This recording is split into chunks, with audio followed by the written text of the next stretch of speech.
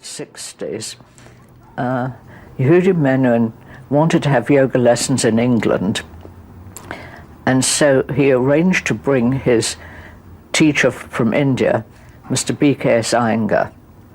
The first time when Mr. Iyengar came, we didn't have any classes.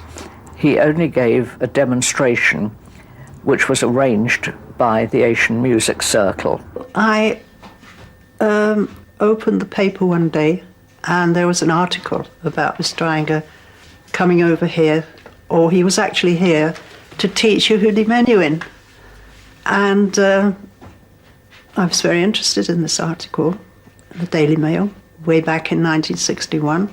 A director of the Asian Music Circle put a letter in the Daily Mail to say that they were arranging a few classes for ordinary people for the first time with Mr. Iyengar, and only specially selected pupils would be allowed to attend. In that first year, there were 2 classes a day, one in the morning, which was attended primarily by musicians, and the other in the evening for the ordinary people. Today, millions and millions of people would not have taken to my practice.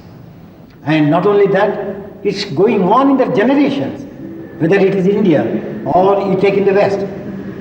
Those people who did in 1970s, who were my students, 1950s who were my students, their children and grandchildren are still practicing yoga. I never taught them.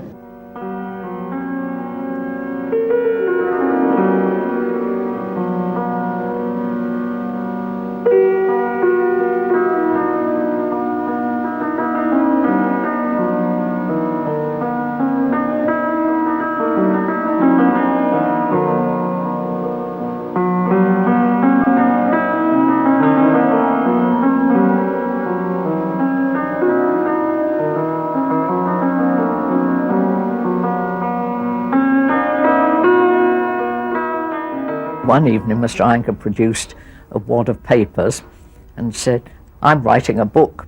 This is the beginning of it." Now, Peter York was a reader for Allen and Unwin, the publishers. And he said to Beatrice, "Do you do yoga? I'm looking for a book on yoga." Beatrice put him in touch directly with Mr. Iyengar, and for the next sort of year or two, they were in correspondence until the book was finally finished, and Allen and Unwin agreed to it being published. So when we stand in Tadasana, if you observe, you can get an idea of what Tadasana is. Intelligence should be on the feet, not only on the head. Intelligenz soll nicht nur im Kopf sein, sondern in den Füßen. That is the harmony of yoga. You have seen their poses. I need not explain. You can get how the mind has to be intermingled in the frame of the body. The body is the frame of the mind. The mind is the photo. You can see this is known as the dog which stretches. That's why it is called Shwana, means a dog. How the dog lifts his head with 4 legs, front legs. And Adhomukha Shvanasana is how the dog stretches their hind legs. So the rishis, having seen the various movements of the animals, the birds, they started playing with their bodies, building up the quality of those animals or birds in their system to understand the behavioral patterns of the animals with the human beings. You can see my chest and their chest. Können meinen Brust sehen und die Brust der anderen. So my chest appears like a dog's chest. And they do. This is not dog, actual dog. One time, Hepzibah Menuhin was at some VIP education meeting, and she started talking to a man called Peter McIntosh. And they started talking about yoga and that he would like it to be introduced into the adult education.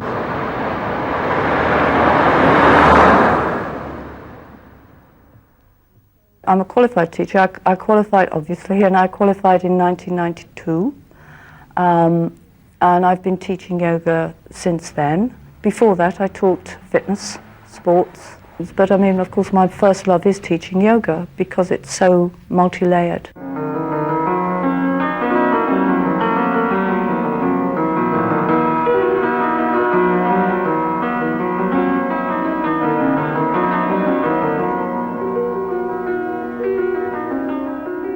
Iyengar yoga has got a very good reputation in terms of training, safety, structured syllabus, and so because of this reputation it is attractive in an educational establishment. Yoga is also an art, though it has got a science. Even music is an art, music has a science. Sculpture is an art, it has a science. So artistic side is different, scientific side is different.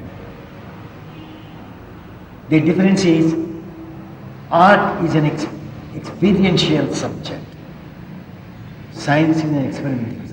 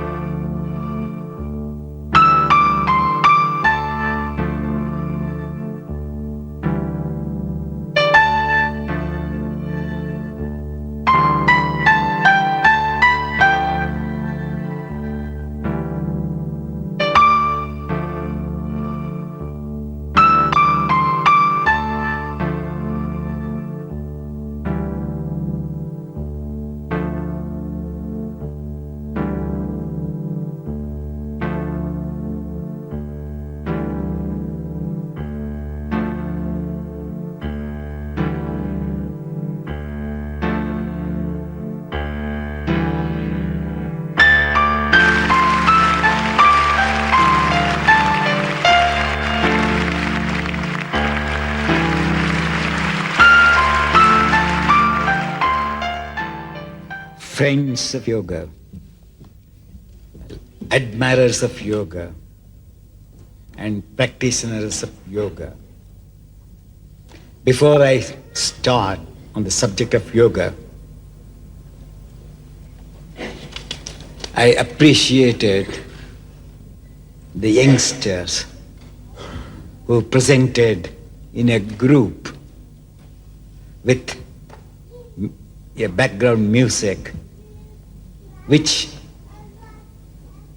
I think is the method to present this philosophical subject in an art forum so that people get ignited and interested to practice yoga. The spreading of Iyengar yoga in Europe is mostly the credit goes to Guruji's very hard work, because since many years he came regularly in Europe. He conducted classes, intensives, teacher trainings, assessments, and we are very happy to tell you that now in all European countries Iyengar yoga is taught, in all major countries of Europe, in all major cities.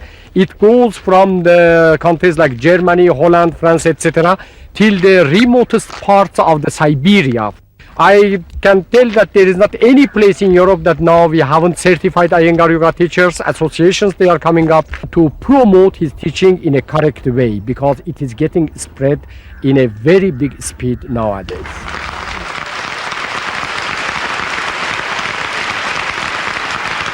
My name is Elena, and I'm from Russia. Guruji was invited in our country, and it was invitation from Ministry of Health and Ministry of Sports. After his visit, many people were very excited about this great guru, and from this time many people in different towns began practice really yoga, Iyengar yoga. And I started my serious practice, and after 2 years I started to teach yoga. And in this time, I began to travel a lot for different towns, for example, St. Petersburg, Yaroslavl, Sevastopol, Krasnoyarsk, Khabarovsk. The interest of Iyengar yoga was very, very high, and it is going like that in nowadays.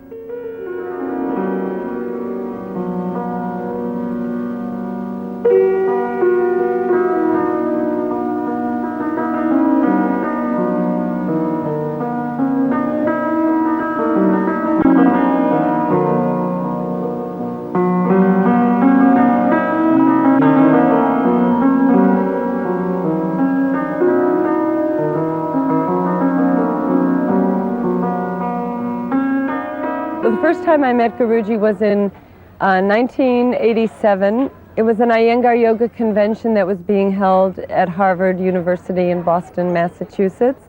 Guruji's desire always has been to create a friendly community in the yoga community, in the Iyengar yoga community. And in 1990, it was decided that there would be the second Iyengar yoga convention would take place in Southern California. In the United States, there are now 12 or 13 regional associations, and many certified teachers teach Iyengar yoga asana classes. My name is Sheila Dwight, and I am Director of International Education Programs at the University of California, Riverside. Today I would like to discuss with you one particular program that we have, which is a certificate program in yoga, specifically Iyengar yoga. The curriculum of the program, in fact, was suggested by PKS Iyengar, and we think it's a very fine program and a very academically demanding program, as well as, of course, of those of you who may know Iyengar yoga, a physically demanding program. With the Iyengar yoga and with yoga specifically, one learns persistence. The postures teach this, you know, to be persistent, to be enduring. So the whole yoga community, in particular the Iyengar community, has really grown over these last 20 years. I think as Iyengar pointed out the other day that they were, I think in 1960 and 1970, 79 when I first met them, they were like a community of 2,000 Iyengar yoga students, and now they're like 4 million.